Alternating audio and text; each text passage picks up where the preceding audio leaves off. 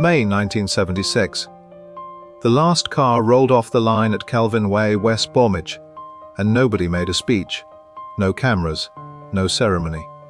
The workers who remained, a few dozen in a factory built for 1,000, walked out in silence. 3 months later, the building came down, bulldozed, gone. Yet this was a company that Clark Gable had commissioned in its very first year, a company whose cars Frank Sinatra occupied, whose Grand Tourers John Bonham drove hard across Britain, whose Jensen FF, the world's first road car with four-wheel drive and anti-lock brakes, was quietly purchased by Audi engineers in the late 1970s, taken apart bolt by bolt, and studied. The car that taught the world how to build the Quattro came from a workshop in the West Midlands, and nobody remembers it. So how does a company like that simply vanish? Not market forces, not foreign competition, not even the oil crisis alone. Jensen Motors was killed by a single contract, signed without a warranty, by a man who wanted to believe a promise, in a boardroom meeting that lasted less than an afternoon. This is West Bromwich, 1934 to 1976. And this is how it ended. In 1931, two young men from Birmingham walked into a failing coach builder's yard in Carter's Green, West Bromwich, and asked for a job. They were not there to save the company. They were there because they had nowhere else to go. Alan and Richard Jensen had grown up fascinated by cars at a time when most people still traveled by horse. Their father, a businessman with modest means, had set them up in a small venture at Edgbaston in 1930, a dealership called Patrick Jensen Motors, run alongside a partner named Joe Patrick. It collapsed within a year after a disagreement, and the brothers found themselves back at the beginning. What they found at W.J. Smith & Sons was not glamorous. The firm specialized in building bodies for lorries and commercial vehicles, and its methods were, by any measure, old-fashioned. But the brothers saw something the owners had missed: a skilled workforce, a usable site, and a market that was beginning to move faster than anyone in that yard fully understood. Within 3 years they had transformed the operation. Productivity rose, quality rose. The workforce, which had grown to trust them, stayed. When William Smith died and left the business without clear leadership, Alan and Richard moved quickly. They bought a controlling shareholding, and in 1934 changed the name of W.J. Smith & Sons to Jensen Motors Limited. The company was theirs. What happened next established Jensen's reputation in a single transaction. Also in 1934, an American film actor, at that moment arguably the most famous man in Hollywood, contacted the newly named Jensen Motors and asked them to build him a car. Clark Gable wanted something bespoke, something that did not exist in any showroom, mounted on a 4x8 AX7. Jensen built it. The result won them immediate acclaim in the British motoring press, and something more valuable still, a direct introduction to Ford's commercial operations. A production run of Jensen Ford cars followed, Jensen bodywork on Ford mechanicals, and a company that had spent its first years building lorry cabs was suddenly producing cars for film stars and major manufacturers simultaneously. The brothers pushed further. Through the mid-1930s, Jensen built customized bodies for Morris, Singer, Standard, and Wolseley. In 1935, they produced their first complete car under the Jensen name, the S-Type, powered by a Ford V8, notable for being the first car in the world to offer overdrive as standard equipment. They were not yet a luxury marque, but they were becoming something more interesting, a company that could build anything, for anyone, to a standard that larger manufacturers found difficult to match with their own production lines. Then the war came. Jensen's factories turned over to the war effort almost immediately. The brothers built ambulances, fire tenders, aircraft seats, and turrets for tanks. In November 1940, the Carter's Green factory was damaged in a German bombing raid. The workforce repaired it and carried on. When peace returned in 1945, those same workers came back to the same benches, picked up the same tools, and resumed. Some of them had been with the company since the Smith years. They were not merely employees, they were the company, its institutional memory, its accumulated skill, its reason for existing at all. By the early 1950s, Jensen was winning contracts that would have been unthinkable a decade earlier. In 1952, the British Motor Corporation awarded Jensen the contract to build the bodies for the new Austin Healey 100, a proper sports car aimed at the American market, designed by Donald Healey, and requiring production volumes that Jensen's Carter's Green site could barely handle. Night shifts were introduced. The workforce grew past 1,000. The site itself was bursting. A new factory was needed. Jensen acquired land on Kelvin Way, 2 miles from Carter's Green, and construction began in the mid-1950s. The new facility was not just larger, it was designed from the outset for precision manufacturing at scale.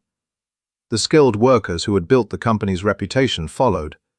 Some drove, some walked.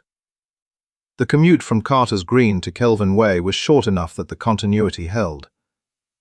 By 1960, Jensen was also assembling the Volvo P1 Coupe, body shells produced at the pressed steel plant in Linwood, Scotland, shipped south to West Bromwich to be finished, painted and trimmed before onward dispatch. The Jensen name appeared on nothing visible on those cars, but the hands that built them were Jensen hands. This was the company at its foundation, disciplined, skilled, quietly indispensable, to make kind of things that larger companies could not make for themselves. Two brothers who had started with a failing lorry yard in 1931 had built something that mattered. What they built next would put Jensen on a different Mac entirely. In 1966, Jensen Motors released 2 cars simultaneously. One became one of the most celebrated British Grand Tourers ever built. The other became one of the most important cars in automotive history, and almost nobody noticed. The first was the Interceptor. Its body had been designed not in West Bromwich, but in Milan, by Carrozza Area Touring, the Italian coach builder responsible for some of the most elegant road cars of the post-war era. The decision to go Italian was controversial inside the company, and it came at a cost that went beyond money. But the result was undeniable. The Interceptor was long, wide, and dramatic, with a sweeping wraparound rear window that doubled as a tailgate, and a Chrysler V8 engine, 6.3 litres of American muscle, sitting under a bonnet long enough to park a small motorcycle on. It was not a subtle car. It was not meant to be.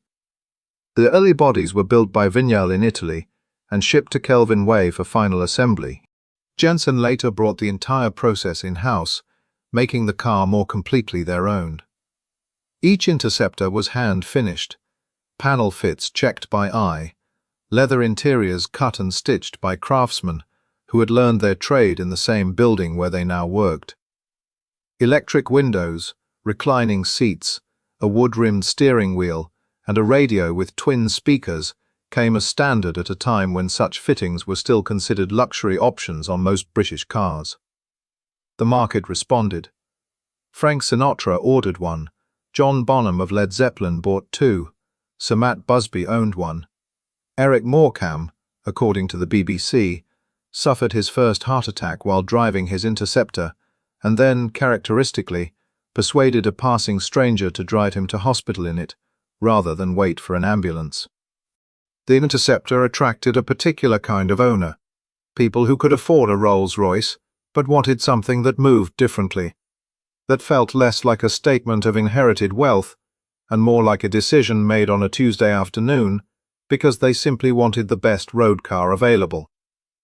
By 1971, Jensen had produced the Interceptor in 3 successive marques, each refined in response to what owners and the American safety regulators demanded. Total production across all original variants would eventually reach 6,407 cars. For a company of Jensen's size, building each one largely by hand, that figure represents an almost incomprehensible accumulation of skilled hours. But the Interceptor was not the most significant car Jensen built in 1966. That was the FF. From the outside, the FF was nearly indistinguishable from the Interceptor. The same Italian lines, the same wraparound rear glass, the same Chrysler 5.8. A trained eye could spot the difference. The FF was 5 inches longer, and it carried twin ventilation slots on the front wing where the Interceptor had one. That was almost everything visible that separated them. What lay beneath was another matter entirely. The FF Ferguson formula, named after Ferguson Research Limited, the engineering firm that had developed its drivetrain, was the world's first road car equipped with permanent four-wheel drive and anti-lock brakes. The four-wheel drive system distributed power in a 33-67 split between front and rear. The anti-lock braking system was adapted from the Dunlop Maxret unit previously used exclusively on aircraft, heavy lorries, and racing cars.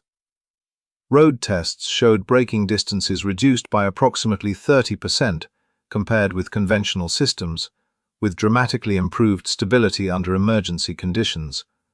Car magazine named it Car of the Year for 1967. Sports Illustrated declared it the safest car in the world. The Don Safety Trophy followed. Only 320 were ever built. The FF could not be produced in left-hand drive. The Ferguson all-wheel drive system intruded into the left side of the passenger compartment, making conversion impossible, which meant the American market was closed to it entirely. Without American sales, the volumes that might have sustained the technology were never achievable. Jensen priced it above the Interceptor, which was already expensive. Buyers who wanted a Jensen and could not immediately see what made the FF different tended to choose the Interceptor instead. The FF was discontinued in 1971, quietly, without ceremony. What happened to its legacy is one of the more quietly remarkable stories in automotive engineering. In the late 1970s, when Audi's engineers were developing the all-wheel drive system that would become the Quattro, the car that would win rallies, redefine performance motoring, and turn four-wheel drive into a mainstream aspiration, they sourced a used Jensen FF, brought it back to Ingolstadt, and took it apart. They studied the Ferguson formula system in detail. The Quattro arrived in 1980, 14 years after the FF, and was credited with inventing the high-performance all-wheel drive car. The car Audi studied to build it came from West Bromwich. Meanwhile, at Kelvin Way in 1966, the workforce had reached its peak. Over 1,200 people worked across the two sites. Some had been there since the early years of the Austin-Healey contract. Some had fathers who had worked at the Smith yard before the war. The factory ran day shifts and evening shifts, and the sound of panel beating and the smell of leather and fresh paint were as constant as the black country weather outside. Jensen in 1966 was not a company in trouble. It was a company that had just produced the most technically advanced road car on Earth, alongside one of the most desirable Grand Tourers in Britain, with a workforce that knew exactly what it was doing and took genuine pride in the result. What came next had nothing to do with any of that. It began, as so many British industrial disasters begin, in a boardroom.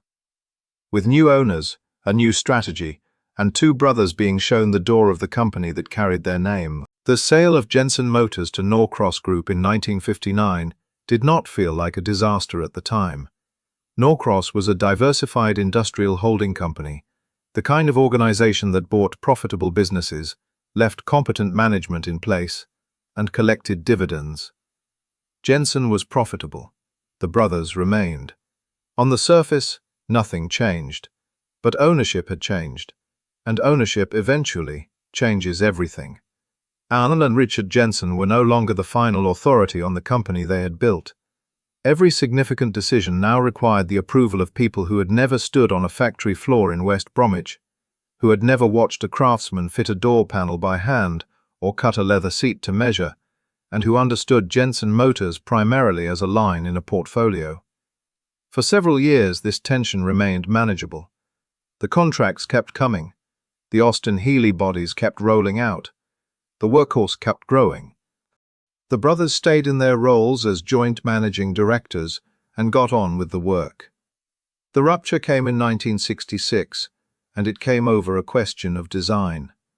Jensen needed a replacement for the CV8, the Chrysler-engined Grand Tourer that had served the company well through the early 1960s.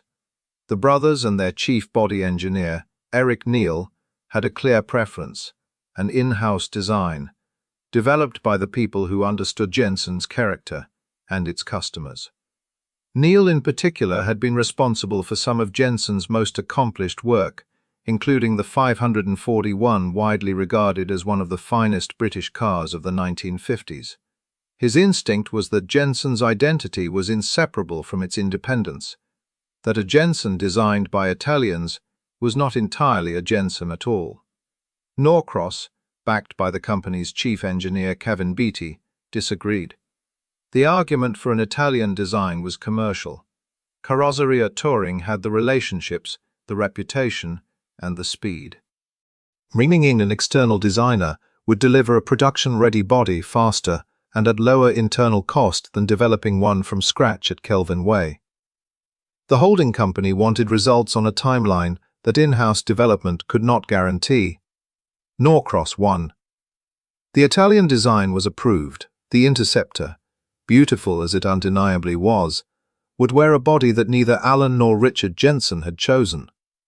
The brothers did not accept the decision quietly, but they accepted it. What they could not accept was what followed. With the Interceptor decision settled against them, their authority within the company had been visibly diminished. They were founders in title, but not in practice. The company bore their name on every car it produced. The decisions that shaped those cars were being made by others. Richard Jensen relinquished his position as joint managing director in November 1965. Alan followed, stepping back from his executive role in October 1964, though remaining on the board for a time. By 1966, both had resigned from the board entirely. Eric Neal left with them. They did not leave because they wanted to. They left because the company they had created in 1934, the company that had started with a failing lorry yard and a commission from Clark Gable, had been reorganized around priorities they no longer controlled and could no longer meaningfully influence. For Jensen Motors, their departure was a structural wound that would not become visible for years. What the brothers had provided was not merely experience or authority. It was continuity of judgment, an understanding of what Jensen was, what it could do, and what it could not do. They knew the workforce's capabilities from decades of direct engagement. They knew the limits of the production process. They knew instinctively the difference between a Jensen and a product that merely carried the Jensen name. Without them, that institutional memory left the building. What remained was a brand, a workforce, and a set of facilities, all of them capable, none of them guided by anyone who had been present at the beginning. Norcross itself did not stay long enough to face the consequences. In 1968, finding the automotive business an awkward fit within its broader portfolio, the group sold Jensen to a merchant bank. The company had now passed through 3 sets of hands in less than a decade, from the brothers to an industrial conglomerate to a financial institution with no operational experience of manufacturing at all. Each transfer moved Jensen further from the people who understood it and closer to people who saw it primarily as an asset to be managed or sold. It was from this merchant bank that the next buyer came. His name was Kauck Wevel. He was a Norwegian-American car distributor based in San Francisco, and he arrived at Jensen Motors in 1970 with money, ambition, and a plan that would, within 6 years, reduce the company to rubble. He also arrived with something that made him appear, at first glance, like exactly the kind of owner Jensen needed. A genuine passion for British sports cars, a deep personal connection to the Healy family, and a clear vision for what Jensen could become. Jensen in 1966 was not a company in trouble. It was a company that had just produced the most technically advanced road car on Earth, alongside one of the most desirable Grand Tourers in Britain, with a workforce that knew exactly what it was doing and took genuine pride in the result. What came next had nothing to do with any of that. It began, as so many British industrial disasters begin, in a boardroom. With new owners, a new strategy, and two brothers being shown the door of the company that carried their name, Buckingham had built his fortune on British cars. After the Second World War, he had spotted something that most American dealers had missed entirely, that a certain kind of American buyer, younger, better educated, less interested in chrome and tail fins, wanted something smaller, lighter, and more involving than anything Detroit was producing. From his base in San Francisco, Cuvelle began importing MGs, then Jaguars, then Austin Healys. By the 1960s, his operation, British Motor Car Distributors, was one of the largest importers of European vehicles on the West Coast. His best-selling car, year after year, was the Austin Healey 3000. Then, in 1967, British Leyland killed it. Donald Stokes, the man running British Leyland, decided the Austin Healey 3000 no longer fitted the company's plans. The announcement was made without consultation with Donald Healey himself, who received a royalty on every car sold and had designed the original under an agreement with the Austin Motor Company. It was also made without any apparent consideration of what the decision meant for the network of dealers and distributors who had built their businesses around the car. Cuvelle lost his most profitable line overnight. Jensen Motors, which had been building the Austin Healey bodies at Kelvin Way, lost the contract simultaneously. The Sunbeam Tiger, another Jensen-assembled vehicle, had already ended in 1967. In the space of a single year, Jensen's contract manufacturing income collapsed. The crisis brought three men into alignment: Cuvelle, who needed a replacement for the Austin Healey in his showrooms; Donald Healey, who was already working on a new sports car project under his own initiative; and Jensen Motors, which had the factory space, the skilled workforce, and the desperate need to fill both. In April 1970, Cuvelle became a major shareholder of Jensen Motors. Donald Healey was appointed chairman. His son Jeffrey joined the engineering department. The plan was straightforward. Jensen would build a new sports car, badged as the Jensen Healey, that would slot into the market between the Triumph TR6 and the Jaguar E-Type. It would be aimed squarely at America. Cuvelle, with his West Coast distribution network, would sell it. The arrangement looked, on paper, like exactly the rescue Jensen needed. What it actually was a company being reshaped around one man's commercial instincts that were sharp when it came to selling cars and dangerously overconfident when it came to building them. Cuvelle's vision for the Jensen Healey was not modest. He projected production of 200 cars per week. For context, Jensen, at its busiest during the Interceptor years, had produced around 25 cars per week. The workforce at Kelvin Way was composed of craftsmen, people who had spent careers learning to fit panels by hand, to cut and stitch leather interiors, to work at the pace that precision demanded. They were not a mass-production workforce, and Kelvin Way was not a mass-production facility. Several within the company raised these concerns. They were not overruled by argument. They were overruled by momentum. The project moved fast. Designer William Townes, who would later pen the angular Aston Martin Lagonda, gave the Jensen Healey its body shape, blending elements of contemporary European sports car design into something clean, if not essentially distinctive. The chassis was a modern steel monocoque. The suspension was competent. The target price was competitive. Everything about the car was achievable, except the engine. Jensen needed a power unit that was light, powerful, capable of meeting American emissions regulations, and available in sufficient quantity to support Cuvelle's production ambitions. The search proved more difficult than anyone had anticipated. Ford was approached and declined to supply. BMW offered a 6-cylinder unit, but the cost per engine, just over 300 German marks, made the numbers difficult. Vauxhall's 4-cylinder engine showed promise in early testing, but failed to meet American emissions standards in the required specification. One by one, the options closed. It was at this point, under significant time pressure, and with Cuvelle pushing hard for a launch date, that Colin Chapman appeared.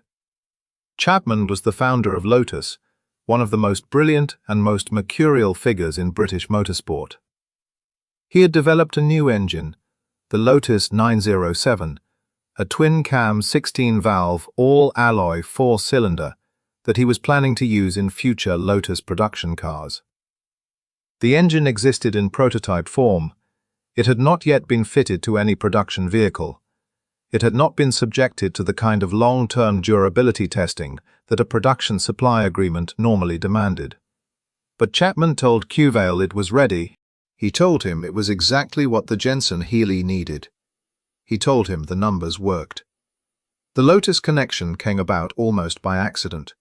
Two Jensen engineers happened to be discussing their engine problem on a train, and a Lotus employee in the same carriage overheard the conversation and made an introduction.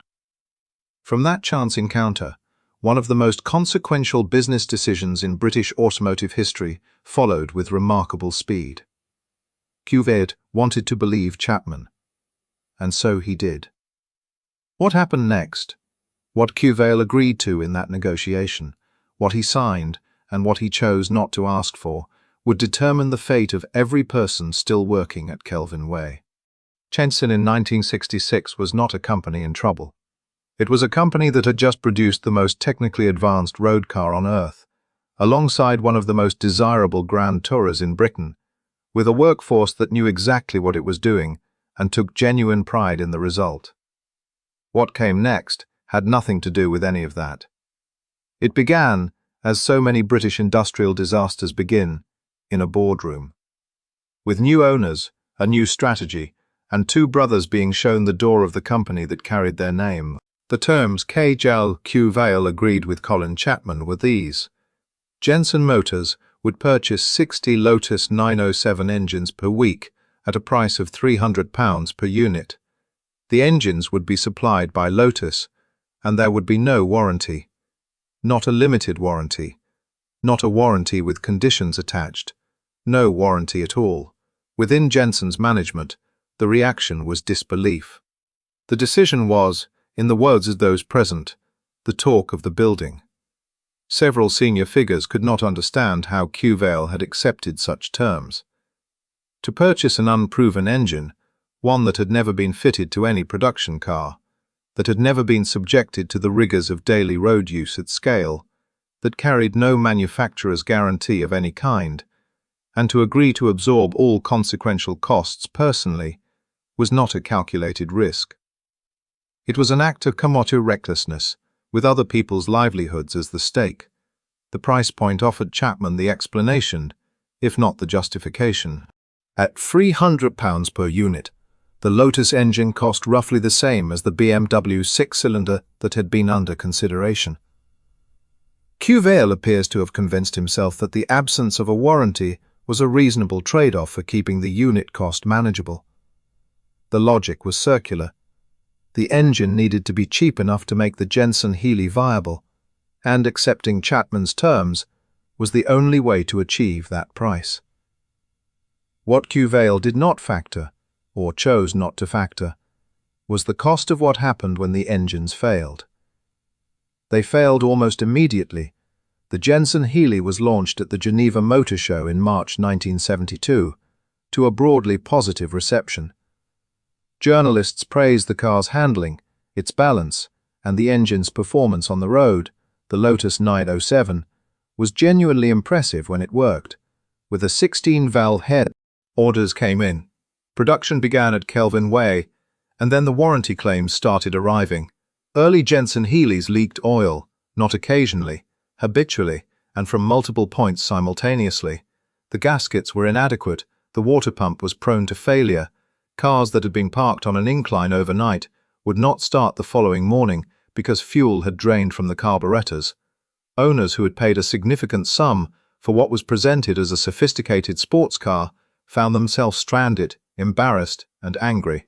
Road and Track magazine, one of the most influential automotive publications in Jensen's primary American market, published a damning early review. The car's reputation, established in the first months of production, before the engineering problems had been properly addressed, took a blow from which it never fully recovered.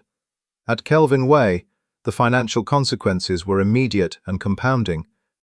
Every warranty repair was paid for by Jensen, not by Lotus.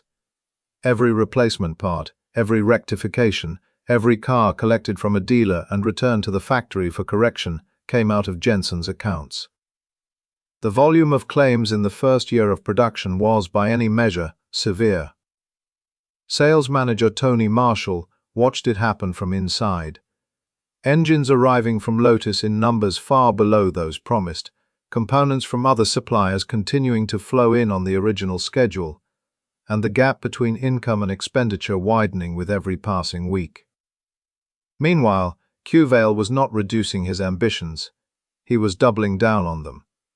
In October 1974, with the company already deep in financial difficulty, Cuvale appointed himself chief executive as well as chairman, consolidating total control at the moment when what Jensen most needed was independent scrutiny and external accountability.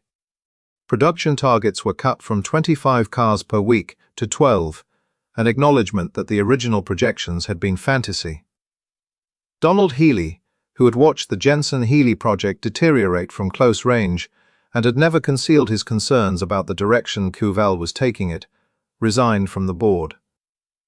He had been the human connection between the Jensen name and the Healey name, between the craft tradition of West Bromwich and the sporting heritage of the Austin-Healey years. When he left, that connection went with him. Cuvale responded to the growing crisis by looking for someone to blame. He found the trade unions. In subsequent interviews and statements, he placed the responsibility for Jensen's difficulties squarely on industrial action and workforce intransigence. The financial analysts who examined the company's position reached a different conclusion. The fundamental problem was structural.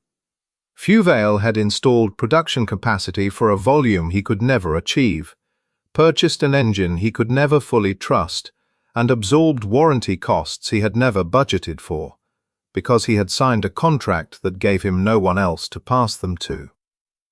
There was one further blow, delivered not by Cuvale or Chapman, but by events entirely beyond any individual's control.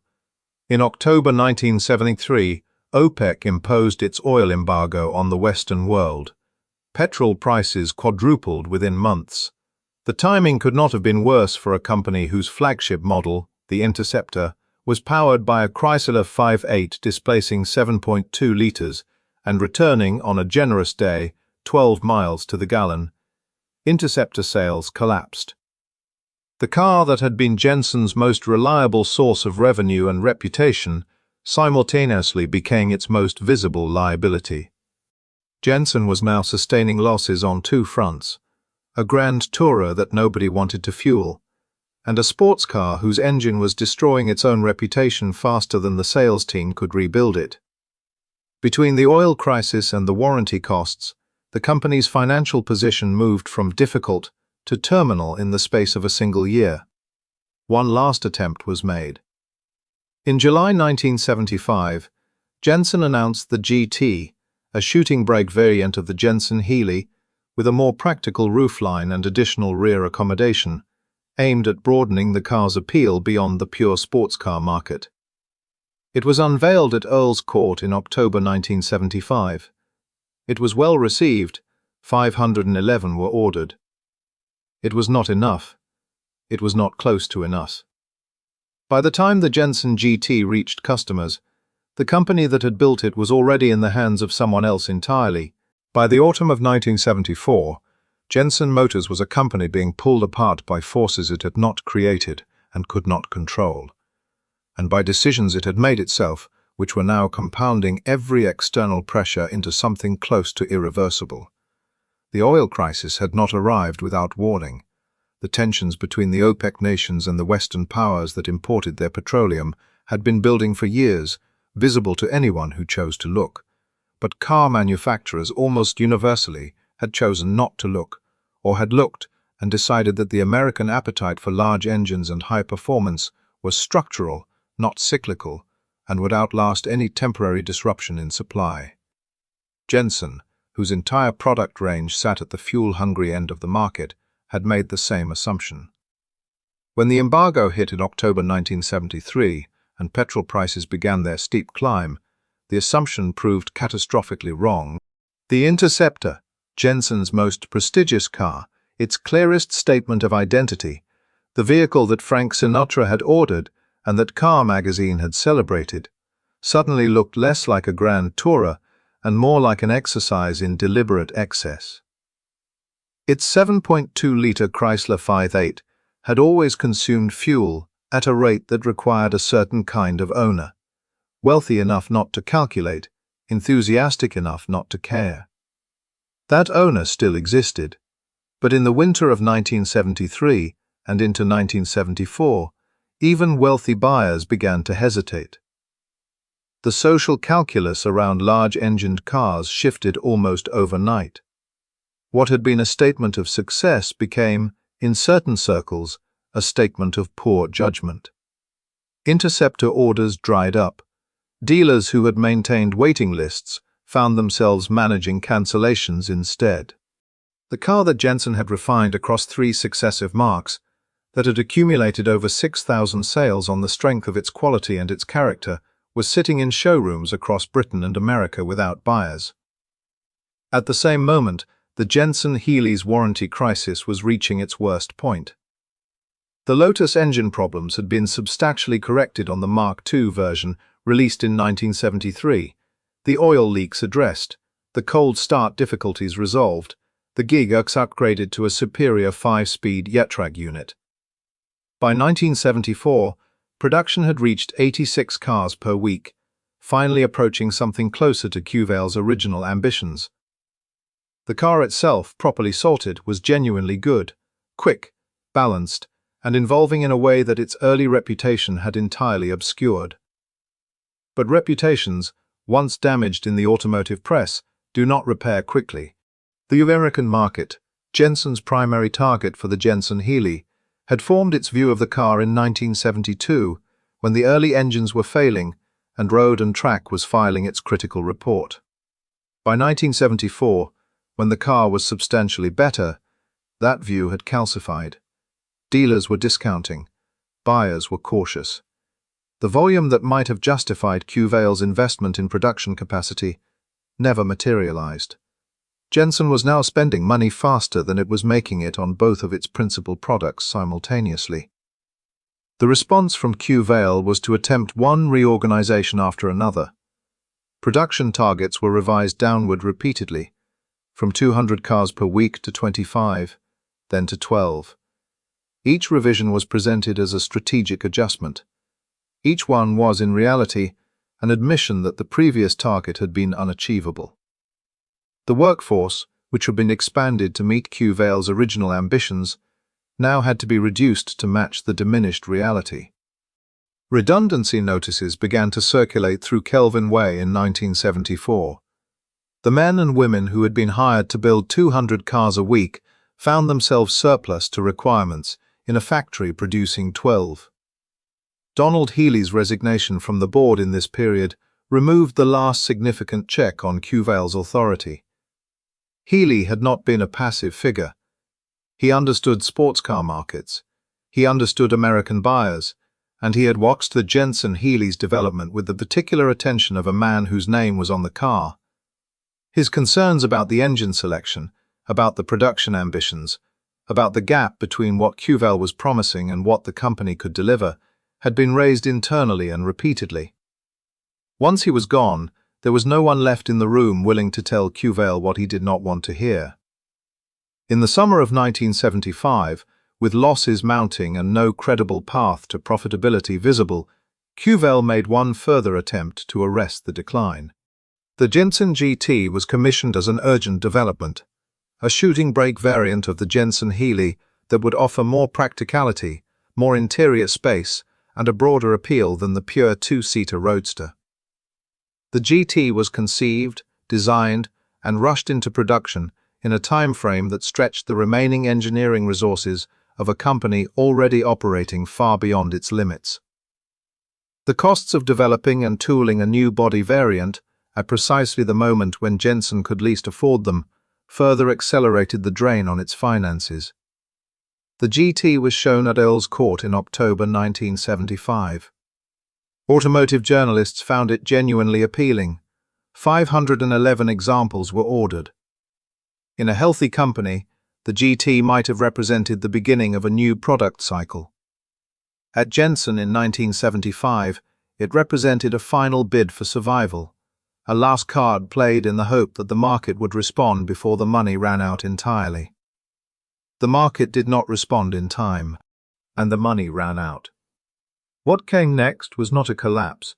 It was a slow, deliberate administrative dismantling, carried out not by Jensen's enemies, but by its creditors, working through the formal mechanisms of British insolvency law, with the efficiency of people who had done this many times before and felt nothing particular about doing it again.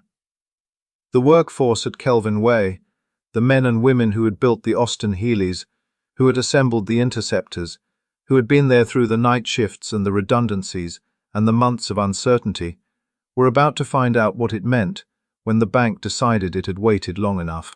The letter from Bank of America arrived in September 1975. It was not unexpected. The people inside Jensen Motors who had been watching the accounts, who had seen the warranty costs accumulate, the Interceptor orders diminish, and the Jensen Healey's American sales figures fall consistently short of every projection, had understood for some time that the company's credit position was untenable. What the letter made official was what the numbers had been saying quietly for months. Jensen Motors could no longer service its debts, and its primary creditor was no longer prepared to wait. A receiver was appointed. Jensen Motors, 41 years old, still producing cars, still employing over 1,000 people at its peak just 12 months earlier, passed out of the control of its management and into the hands of an insolvency practitioner whose legal obligation was not to the workforce, not to the Jensen name, and not to the craft tradition of West Bromwich. His obligation was to the creditors. Everything else was secondary.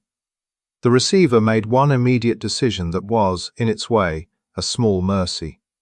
Production would continue. There were cars at various stages of completion on the Kelvin Way lines. There were components in the stores. There were orders, however diminished, still outstanding. Running the factory down to zero in an orderly fashion, completing the cars that could be completed, selling what could be sold, realizing whatever value remained in the physical assets, was more financially rational than stopping immediately. And so the lines kept moving, for a time, under conditions that bore almost no resemblance to what Jensen Motors had once been. 700 workers received redundancy notices in the weeks that followed. 2/3 of the remaining workforce gone. The men and women who had built Interceptors through the night, who had hand-stitched leather interiors and fitted bodies to the standards that Jensen's reputation demanded, collected their final pay and left. Some had been at Kelvin Way since it opened in the mid-1950s. Some had fathers who had worked at Carter's Green in the Smith years. The redundancy notices did not distinguish between them. They went with the same administrative efficiency with which they had arrived. Those who remained did so because the receiver needed the last cars finished. The assembly line workers, the trimmers, the painters, the people whose hands were closest to the product, were kept on precisely because their skills were immediately necessary. But the context in which they worked had changed entirely. They were no longer building cars for a company with a future. They were completing an inventory for liquidation.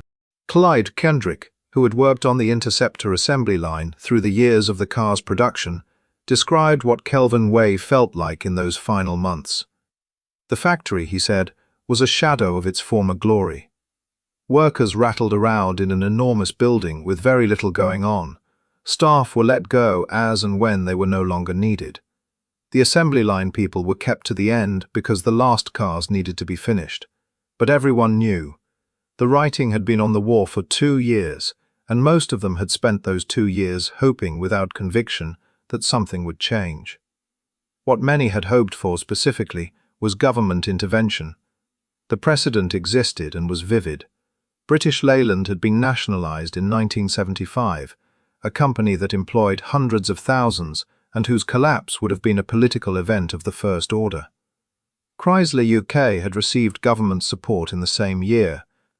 The argument for Jensen was the same argument that had been made for every struggling British manufacturer: skilled jobs, community impact, industrial heritage, the cost of unemployment against the cost of subsidy.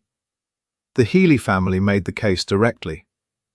Donald Healey and his son Geoffrey attempted to raise the financing for a management buyout, a restructured Jensen under their own direction, freed from Chauvel's debts and his production ambitions, returning to the Crave-scale manufacturing that the company had always done best. They sought government backing. They made the rounds. The answer was no. Jensen was too small. Its workforce, at the point of closure, numbered in the hundreds rather than the thousands. Its products were luxury goods rather than volume cars. It did not sit in a constituency where its closure would swing votes or generate the kind of press coverage that made politicians uncomfortable. The calculus of British industrial policy in 1975 was ruthlessly practical. You saved what was too big to fail and let the rest go. Jensen was not too big. It was, by the measures that mattered to government, almost exactly the right size to be allowed to disappear. Chauvel, for his part, had already begun the process of distancing himself from the consequences of his own decisions. In subsequent statements and interviews, he returned repeatedly to the role of the trade unions, to disputes, to restrictive practices, to the difficulty of managing a British workforce through a period of industrial unrest. There was a version of events in which these factors were real and significant, but the financial analysts who examined Jensen's collapse in detail were consistent in their assessment. The root causes were strategic, not industrial. The production overcapacity, the warranty costs absorbed without recourse, the engine decision made without due diligence. These were management failures, made at the top of the organization by the man who had appointed himself to both of its senior roles simultaneously. The workers had not signed the contract with Lotus. Chauvel had. By the end of 1975, the factory at Kelvin Way was running on diminishing momentum. A handful of assembly workers finishing the last cars in a building that had already, in every meaningful sense, ceased to be Jensen Motors. The machinery stood idle in the bays where Austin Healey's had once been built.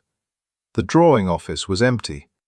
The development department, where Jensen's engineers had once worked on the FF and imagined the cars that might follow it, had nothing left to develop. The last cars were almost done, and when they were done, there would be nothing left to do at all.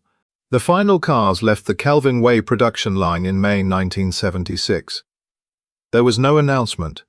No date had been circled on a calendar, no farewell gathering organized, no moment designated as the one at which Jensen Motors would formally cease to exist as a manufacturing operation.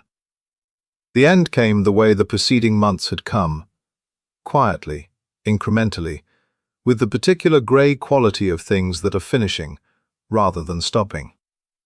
The last model in production was the Jensen GT. It had been on sale for less than 8 months.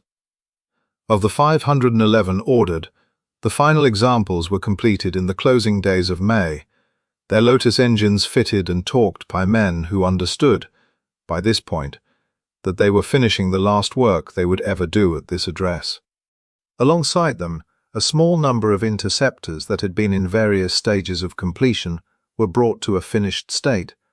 Cars whose bodies had been fitted weeks or months earlier, now receiving their final trim, their instruments, their leather, before being signed off and moved out. When the last car was done, the line stopped. Clive Kendrick, who had been on the Interceptor assembly line since the car's earliest production days, was among those kept until the end. He had watched Kelvin Way change across nearly a decade, from the ordered intensity of the Austin Healey years, through the optimism of the Interceptor's launch, through the expanding ambition of the Chauvel period and its subsequent, grinding contraction. What he described in those final weeks was not drama, it was absence. The absence of noise. the absence of purpose. The absence of the several hundred people who had been there 12 months earlier and were there no longer. A factory built to hold 1,000 workers, now holding a few dozen, has a particular quality of emptiness. Not the emptiness of a building that has never been used, but the emptiness of one that remembers being full. The receiver had done what receivers do. The assets had been catalogued. The remaining stock had been valued. The process of realizing those assets, of converting what remained of Jensen Motors into the cash that would partially satisfy the creditors, was now ready to proceed. In mid-August 1976, 3 months after the last car had been completed, the contents of the Calvin Way factory were put up for auction. The machinery that had shaped Jensen's body panels, the jigs and tools that had held interceptor shells in alignment while craftsmen worked around them, the leather-cutting equipment from the trim shop, the paint mixing systems, the overhead hoists, the workbenches scarred by decades of use. Toltafe. Think. How are they suggested my assistant? Not all of it mean that I am. And the devil is going up, of the ambali acteurs movingly in supera, the permanently may. Think a thing by compreciation. Think. Think of a single thing. The workers were not there to see it. They had gone months earlier, with their redundancy payments and without ceremony, back into a black country economy that was itself under severe pressure in 1976. Some found work at other manufacturers in the region. Some did not. The particular skills that Jensen had demanded, the ability to fit a hand-built body, to trim a leather interior, to work at the pace and precision of craft manufacturing, rather than industrial assembly, were not easily transferable to the volume producers who represented most of the available employment in the West Midlands. A man who had spent 15 years building 12 interceptors a week was not straightforwardly redeployable to a plant producing 1,000 Cortinas a day. The skills existed. The market for them did not. Then the bulldozers came. The Calvin Way factory, built in the mid-1950s on what had been open land with a canal at one end and a railway line at the other, designed specifically to give Jensen the space to grow into the manufacturer the brothers had always believed it could become, was demolished in 1976, the same year it closed. Not converted, not repurposed, not left standing as a reminder of what had been there. Demolished, cleared and gone, with a speed that suggested someone was in a hurry to ensure that nothing remained. It was an act of erasure so complete that it is difficult, standing in West Bromwich today, to find any physical evidence that Jensen Motors ever existed at Calvin Way at all. The canal is still there. The railway line is still there. The factory is not. What emerged from the rubble, in the immediate, practical sense, were 2 small companies formed from the pieces. Jensen Special Products was bought by 2 former Jensen employees, Alan Vincent and Ray Alsop, who took possession of the development department building and its equipment and the accumulated skills of the people who had worked there. Jensen Parts and Service took on the business of maintaining and supplying parts for the thousands of Intexitors and Jensen Healey's already in private hands. Both companies set up at what remained of the Calvin Way site, in the service section of the old factory, the one building that had not yet been pulled down. They were not Jensen Motors. They were the afterlife of Jensen Motors, small, specialist, doing useful work, but operating at a scale and with a scope that bore no relationship to what the company had been at its height. At Carter's Green, the original site, where Alan and Richard Jensen had first walked through the gates in 1931, the building was still standing. It had already been converted into council offices. Someone, at some point, had put a new name above the door. They called it Jensen House. The name was the last thing left. Richard Jensen died in London in September 1977. He was 68 years old.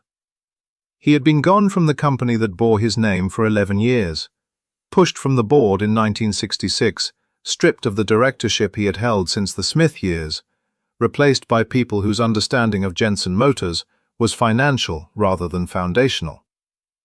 He did not live to see any of the attempts to resurrect what he and his brother had built. He died with the knowledge that the company was gone, and the factory was rubble. Alan Jensen outlived his brother by 17 years. He died in Brighton in 1994 at the age of 87. In the years between the closure and his death, he watched 3 separate attempts to revive the Jensen name. Each one promising, each one collapsing, each one leaving the name slightly more diminished than it had been before. In one of his last recorded conversations about the company, he spoke about the Jensen FF with unmistakable pride. The car that the world had ignored, that had sold only 320 examples, that had been discontinued quietly in 1971 while the Interceptor continued. He remembered it as the thing Jensen had done that mattered most, not because it had sold, because it had been right. He said very little about Cal Cuvale. The first attempt to resurrect Jensen came in 1983. A former Jensen employee named Ian Orford acquired the rights to produce the Interceptor and set up a small operation in the service section of the old Kelvin Way site, the one building that had survived the demolition. He had access to the original tooling, to surviving body jigs, and to a small number of craftsmen who had worked on the original car and were prepared to work on it again.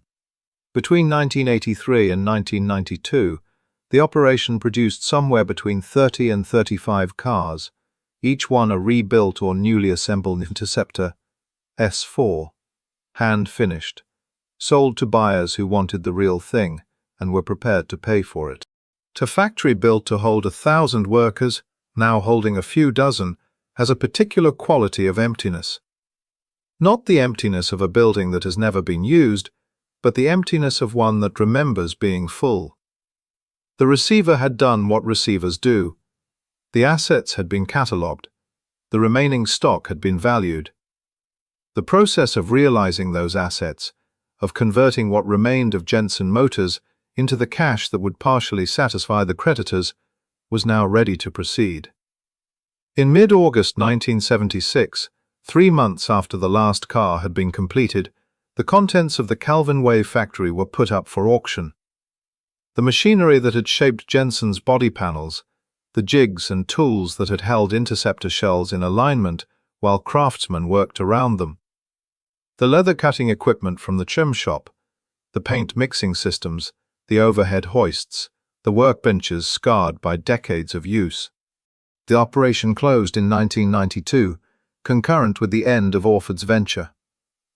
Between the 2 attempts, the Jensen name had produced perhaps 50 cars across nearly a decade. At its peak in the late 1960s, Jensen Motors had been producing that many Interceptors in a single week. The third attempt was the most ambitious and the most instructive. In 1998, a new company acquired the Jensen trademarks and established a factory at Speke in Liverpool, chosen partly for its proximity to the Halewood and Ellesmere port plants that had made Merseyside a centre of British car production, and partly because local and national government support was available for manufacturing investment in the area. The new Jensen would not attempt to revive the Interceptor. It would build an entirely new car. The SV8, a 2-seat roadster powered by a Ford 4.6-litre V8 engine, styled for the late 1990s market, aimed at buyers who wanted a British alternative to the Porsche Boxster. The SV8 was unveiled to broadly positive press coverage. The Jensen name still carried resonance in certain circles. The car itself was credible.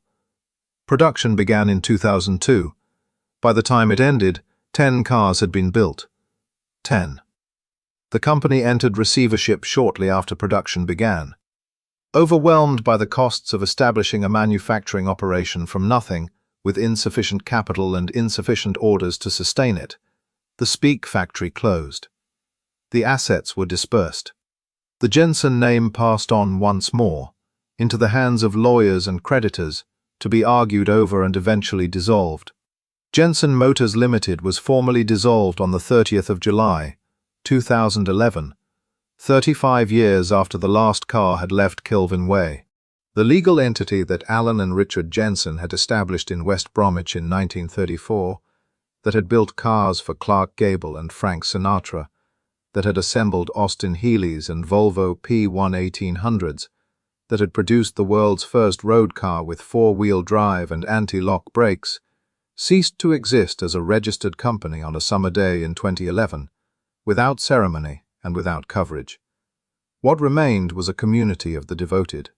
The Jensen Museum, established in West Bromwich, became the principal custodian of the company's history, collecting photographs, production records, oral testimonies from former workers, and physical artifacts from the Kelvin Way years. The Jensen Museum's archive represents, in many respects, the most complete account of what Jensen Motors actually was. Not the financial entity that passed through 7 sets of hands in 42 years, but the living, working company that employed craftsmen, built remarkable things, and mattered to the people inside it. Cropitchery Bridge Garage in Oxfordshire had been selling and servicing Jensen cars since 1972, since before the closure, through all 3 revivals, and long beyond the dissolution. Under successive owners, it became the place where surviving Interceptors and Jensen Healys went to be properly maintained and restored.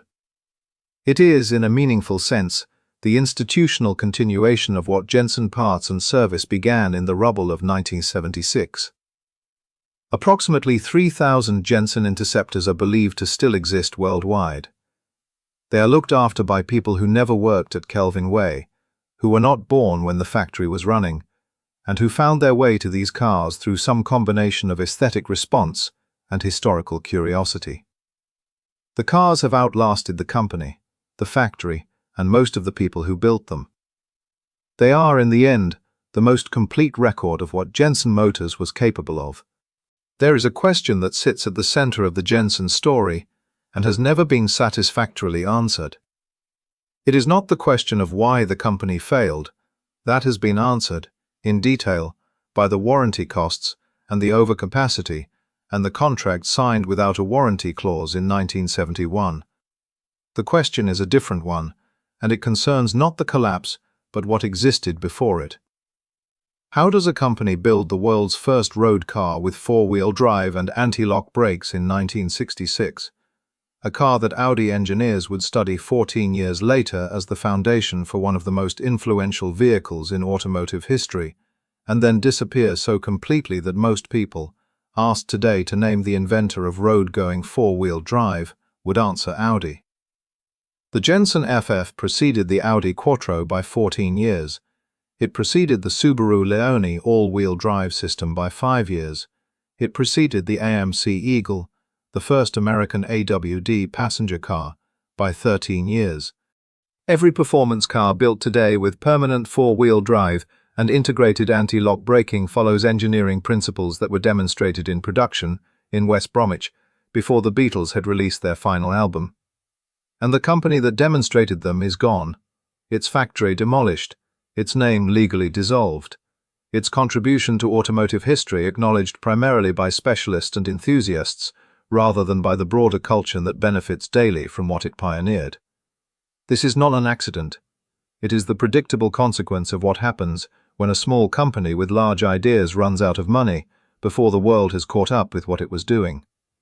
Jensen's story is sometimes told as a tragedy of British industrial decline, another casualty of the oil crisis, the labour disputes, the structural weaknesses of the British manufacturing economy in the 1970s.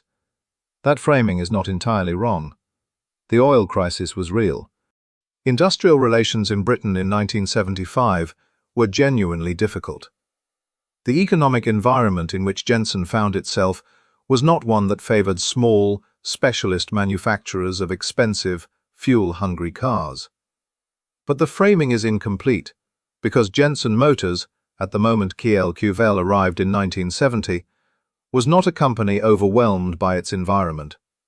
It was a company with a skilled workforce, a functioning factory, a celebrated product in the Interceptor, and a recently demonstrated capacity for genuine engineering innovation in the FF. It had survived the war, the austerity of the late 1940s, the collapse of the Austin Healey contract, and the loss of its founders. It was, by any reasonable measure, resilient. What it could not survive was a single strategic decision, made by a single man who did not fully understand what he had bought. Kuvel was not a villain in the melodramatic sense. He was not indifferent to Jensen. On the contrary, he cared about it, invested in it, and staked a significant part of his own commercial reputation on its revival. But he cared about it in the way that a distributor cares about a product, in terms of volume, margin, and market position.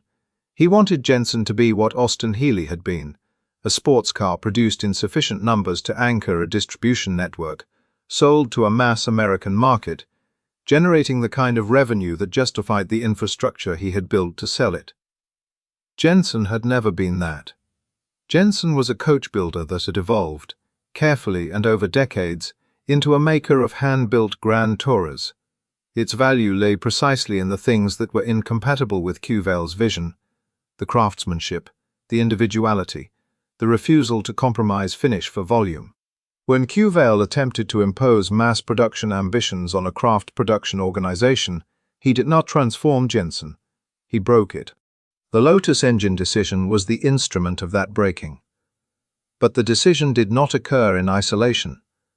It was the logical endpoint of a set of assumptions that were wrong from the beginning, about what Jensen was, about what the Jensen Healey could be, about what the market would accept and at what scale. The warranty clause that was not demanded, the production capacity that was over-installed, the targets that bore no relationship to Jensen's actual capabilities. These were not isolated errors. They were the consistent expression of a misunderstanding that Kuvel carried with him from the day he bought his first shares. What was lost when Jensen closed was not only a company, it was a specific form of knowledge. The craftsman who built the antecedents, who could fit a steel body panel to tolerances that mass production could not achieve, who knew by touch and eye when a leather interior was right and when it was not, did not retire into other roles where those skills were valued. There was nowhere for them to go. The British automotive industry of 1976 was moving, with gathering speed, in exactly the opposite direction, towards automation, towards standardization, towards the elimination of the individual judgment that craft manufacturing depended upon. The Jensen workforce dispersed into an economy that had no particular use for what they knew how to do. The skills were not documented, they were not transferred, they lived in the hands and eyes and accumulated experience of specific individuals. And when those individuals left Kelvin Way for the last time in May 1976, the skills left with them. The 3 subsequent attempts to revive Jensen all struggled, in part, because the people who had known how to build a Jensen properly were no longer available, and what they had known could not simply be reconstructed from the production records. This is the loss that does not appear in the financial accounts of the receivership. It does not show up in the redundancy statistics, or the auction catalogue, or the legal filings that accompanied the dissolution of Jensen Motors Limited in 2011. But it is, in some respects, the most significant loss of all, because it was permanent in a way that factories and companies are not. Factories can be rebuilt. Companies can be restarted. Knowledge that lives only in human hands and that is not passed on is gone. At Carter's Green, Jensen House still stands. The building where Alan and Richard Jensen began their transformation of W.J. Smith & Sons in 1931 is now a council office. The name above the door is a memorial of sorts, unintentional, possibly unnoticed by most of the people who pass through it daily, but present nonetheless. At Kelvin Way, there is nothing. The canal is there. The railway line is there. The open land where the factory stood has been redeveloped. If you did not know what had been built there, if no one told you that on this ground, craftsmen had assembled some of the finest road cars produced in Britain in the 20th century, and that from this factory, the world's first 4-wheel drive road car had emerged to be ignored by its own era and studied by the next, you would not know. There is nothing to tell you. The Interceptors survive, approximately 3,000 of them, maintained by enthusiasts across the world who were not born when the factory was running. They are looked after, driven, restored, and argued about with the particular passion that attaches to things that can no longer be replaced. Each one is, in a sense, a fixed point, a record of what the workforce at Kelvin Way was capable of, preserved in steel and leather and Chrysler Vers 8 iron, continuing to exist long after the hands that built it are gone. Jensen Motors lasted 42 years. It took one man, one contract, and 18 months to end it. The interceptors are still out there. The factory is not.